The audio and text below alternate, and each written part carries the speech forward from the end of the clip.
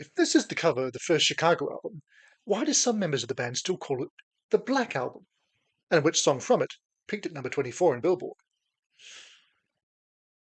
Hey, I'm Joe, or JSB, and I'll get to the album cover a bit later, but long-term viewers of the channel will know I've been going through a bunch of songs that reached 24 in the charts, because I'm chart-obsessed, and the year is 2024.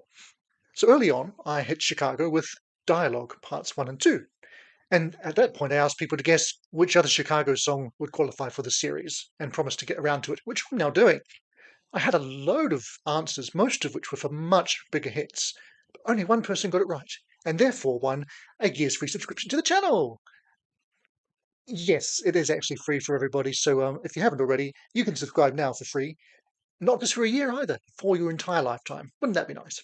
Now, I could introduce the song in question myself, or I could get Terry Kath to do it for me. No brainer, really, isn't it? Tell us about the song, Terry. This is a song. It's sung by Pete Cetera. This was our first bus hit-bound single that never was a bus hit-bound single. It's called Question 67 and 68. Yeah, so that was Terry on the Chicago at Carnegie Hall album. And now maybe you're thinking, well, if it made it to number 24, why is he saying it wasn't a hit? Well, because it made 24 on its second attempt, when re-released in 1971, after the Carnegie Hall shows from April of that year. On its first attempt in 1969, as indeed their first ever single, it stalled at, oddly enough, number 71.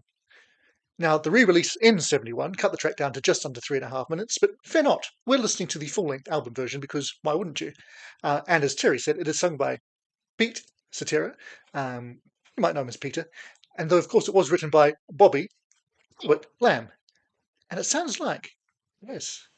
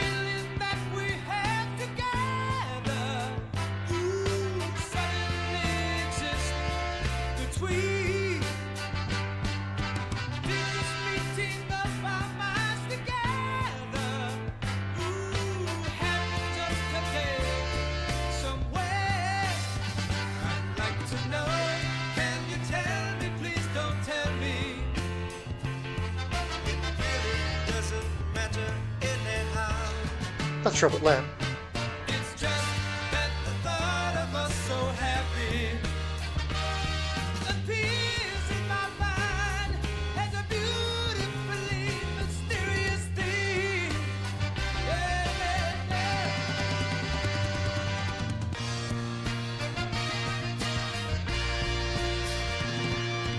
What's your image in my mind so deeply?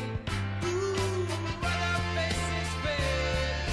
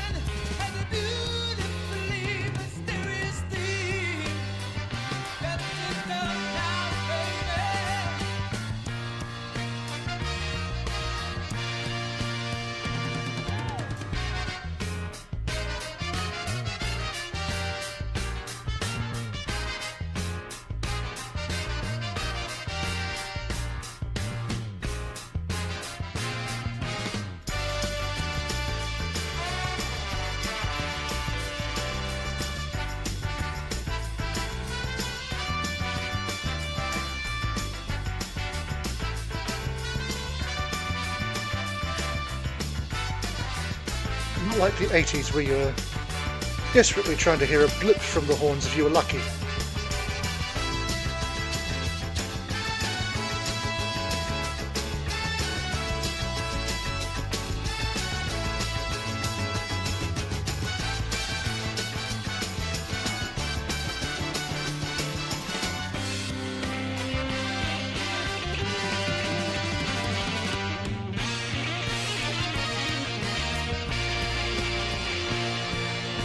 That's Terry.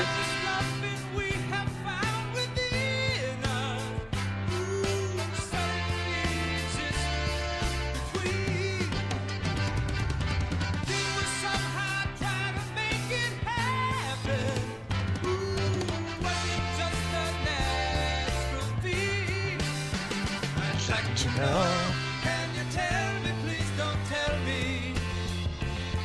It really doesn't matter anyhow. It's just that the thought of us so happy appears in my mind as a beautifully mysterious theme. Yes, it does now, baby.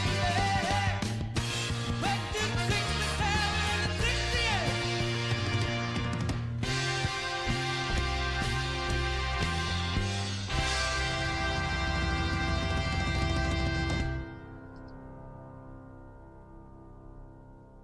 Yeah, and there's this last sustained note that lasts for, oh, apparently another 16 seconds, but I think we're going to cut it there.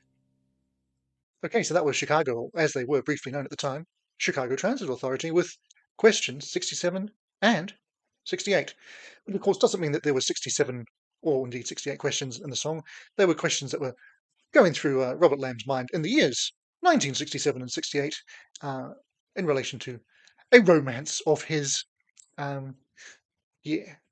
And of course, in terms of CTA, the album, that was Peter's only real lead vocal. Of course, he shared lead vocals on I'm a Man with Robert and Terry, but as a showcase lead vocal, that was it. Kind of funny to think that now when he came to dominate in later years, and certainly when people think Chicago now, they think, oh, Peter Cetera. But he was only one cog in a giant wheel, and a great cog, but they were all great cogs. What a bunch of great cogs. That's what I've always thought of Chicago as. And yes, I mentioned in the song, loads of horns.